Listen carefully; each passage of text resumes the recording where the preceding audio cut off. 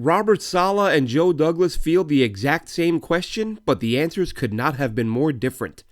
I'm Glenn Norton with JetNation.com. Be sure to log into JetNation.com where you can register and become a part of what is the most active Jets message board on the web.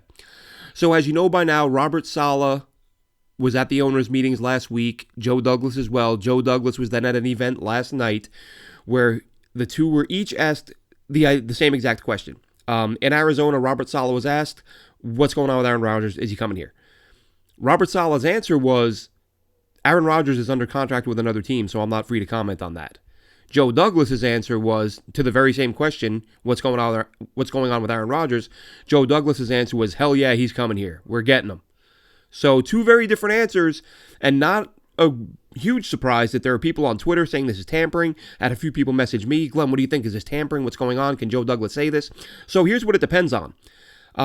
At least by rule. By rule, is it tampering? That depends on whether or not the Packers granted the Jets written permission to seek a trade with Aaron Rodgers. Now, if the two teams, because we've heard throughout this process that the owners, the GMs, the head coaches, they're all really good friends, all really good terms, did they view that permission as a formality and just start working through this together behind closed doors, even though the public knew about it? In that case, if written permission was not granted, then by rule, what Joe Douglas did is tampering. However, it would be hard to believe the Packers would take any action given the fact that everyone knows this deal is going on. Everyone knows this deal is going to happen. The only way I could see the Packers filing a complaint with the league for Joe Douglas publicly commenting on a player under contract, which again, exactly what the exact reason Robert Saleh gave as to why he would not comment on Aaron Rodgers, because he was under contract with another team. Now, is it possible written permission was granted, but Robert Saleh was just playing it extra safe? Absolutely. But is it also possible that Joe Douglas thought, this is a team that this is a GM who I'm friendly with, this is an ongoing deal, everyone in the room, everyone in the world, in the football world, knows it's happening, it's not going to be a big deal for me to say to people, this deal is going to happen, it's going to go through. So who's right and who's wrong? Was Saleh playing it safe and he was allowed to comment, or was Joe Douglas getting a little reckless and commenting where he shouldn't have? And the reason I say that is, if you're the Packers and this deal isn't going the way you want it to, because remember, they wanted a 1 and they're not getting a 1. You can get that out of your heads. The number 13 is not going to the Packers. But if the Packers feel like they're not getting as much as they want, could they say, you know what, we're going to file this with the league. You've just said that this guy is coming to you. He's under contract with us. No written permission was granted. So that's what it all boils down to. Was written permission granted, and are the Packers going to be petty about it and try to get something out of the Jets? It could happen. This is, certainly even more egregious than the last time the Jets were hit with tampering, which was Woody Johnson commented on Darrelle Revis. And that was just saying we would like to have Revis before free agency officially started. So this is saying, yeah, we got the guy when he's still under contract with another club. Some people are saying, not a big deal. The deal's already done. Trade's already finished. They're just not announcing it yet. That would make no sense. That would actually be incredibly stupid on the part of the Jets, because as excited as we might be about Aaron Rodgers, this team has other needs. They need a center. And there's some free agents out there they could pursue. They need a linebacker. There's some guys out there they can pursue. And what we keep hearing is that once the trade is done and he's in the building and his contract is on the Jets' books, then they'll be able to move his money around and move other players' money around to create cap space.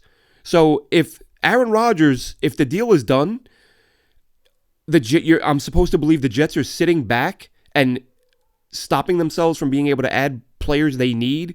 For what purpose?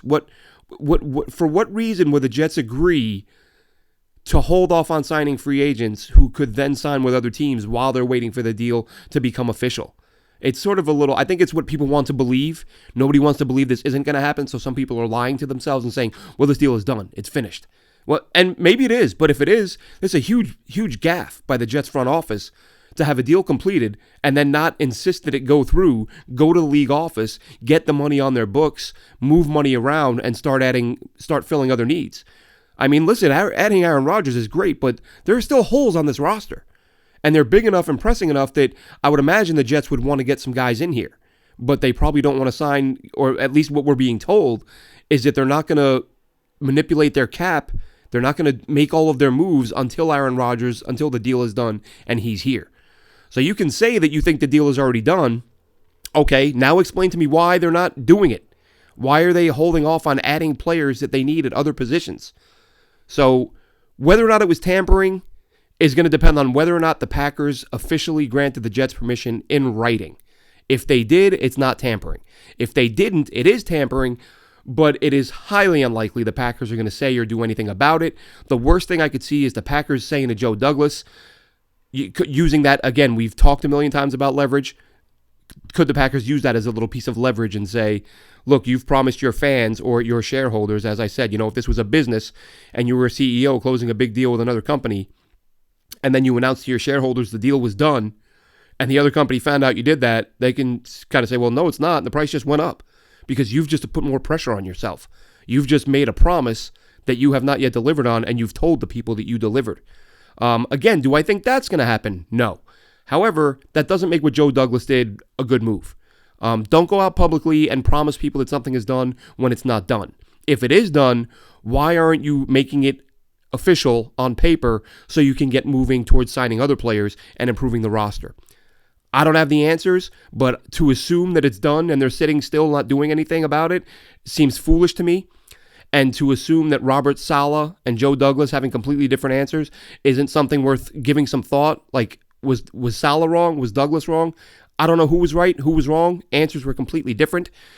All I do know is that Aaron Rodgers is very likely going to be a New York Jet in the very near future. And I hope that on the way there, the Jets don't have to give up a little bit more than they would have otherwise because of something that was said publicly about a guy under contract. That does it for this one. We will catch you next time. See you Thursday night. Myself and Dylan Terriman. Have a good one, Jets fans.